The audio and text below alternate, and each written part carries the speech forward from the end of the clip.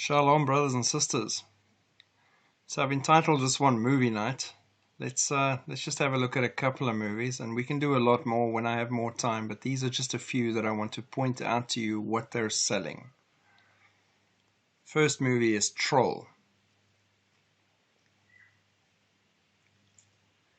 It's about a Nephilim giant inspired movie. The creature awakens from underground, where it has apparently been driven by the Christianizing of Norway. It awakens and heads out on a disaster movie scale journey. Big special effects, it's massive. It's a Nephilim, exactly as you would imagine them straight out of Genesis. Church bells. One of the things that irritates it the most and hurts its ears are church bells. The movie is very focused on making sure that the villain is Christianity. This drives it into a rage, and multiple helicopters are destroyed because of it. Interesting that the theme of Christianity is at the center of this, and it's regularly visited. It smells Christian blood. Now, if you remember that old little fairy tale, fee, fi, fo, fum, I smell the blood of an Englishman. This takes that exact thing, turns it around, and this Nephilim creature smells Christian blood. At one point in the confrontation between the troll and the military, it stops, smells the air, and picks up a scent. It reaches down and picks up one soldier who's praying between his comrades, picks him up gently between the rest who are not Christians, and then eats him. Non-Christians. Throughout the movie shows various interactions by non-Christians where the troll does not automatically want to kill them, but listens. So what puts you in danger is being a Christian. As it was in the days of Noah. Giants roamed the earth once before, Genesis 6 verse 4. There were giants on the earth in those days, and also afterward, when the sons of God came in to the daughters of men, and they bore children to them. Those were the mighty men who were of old, men of renown. Nephilim. The next one is Honk for Jesus, Save Your Soul. It's a prosperity-inspired movie. The pastor was caught having indecent relationships with young boys, which ruined his mega church. Him and his wife are now documenting their comeback. Whilst fighting to do this, his past sins keep coming to light, and it seems they are still there. It's a bad picture of what Christian church is. They show us their millionaire lifestyle. They show how fake the relationships between pastors are as they compete for the biggest church membership. They use the term showtime to best describe how they're going to pull this off. And this paints all pastors and churches as this type of farce. The next one is the TV series, The Lord of the Rings, The Rings of Power. Now, just briefly on this, it's a Rise of Evil inspired movie. These are some of the quotes in the series' first episode. Nothing is evil in the beginning. There was a time when the world was so young that there had not even been a sunrise, but even then there was light.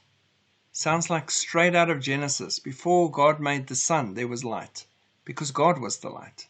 Here they're using it. Fixed on the light that guides her, whispering of grander things than darkness ever knew, like the devil angel of light whispering.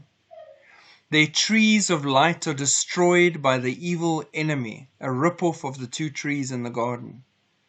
Morgoth is like the devil, and Sauron his puppet leader to enslave all. Black Adam. My powers are not a gift, they're a curse born out of rage. Sounds like the Antichrist. I'm not peaceful and I don't surrender. Sounds like him. Force is always necessary. I kneel before no one. all knees will bow before Jesus Christ mark this point. It's his darkness that lets him do what heroes like you cannot, making darkness to be something sought after. My son sacrificed himself to save me. Wow. He's been asleep for 5,000 years. Also interesting. I'm not peaceful. You didn't come to seek justice. You came to exact revenge. You can be the destroyer of the world, or you can be its savior. This thing is so full of evil and references to what's coming. It's crazy that people don't see it. And then the main villain, besides the villain who's the hero, Sabak, is powered by 6 demons, namely Satan, Ain, Belial, Beelzebub, Asmodeus, and Kratos. It shows that what the world needs most is not the good guys or those striving to do it the right way, but an anti-hero with darkness and the option of being a destroyer if he so chooses. Very reminiscent of what's coming.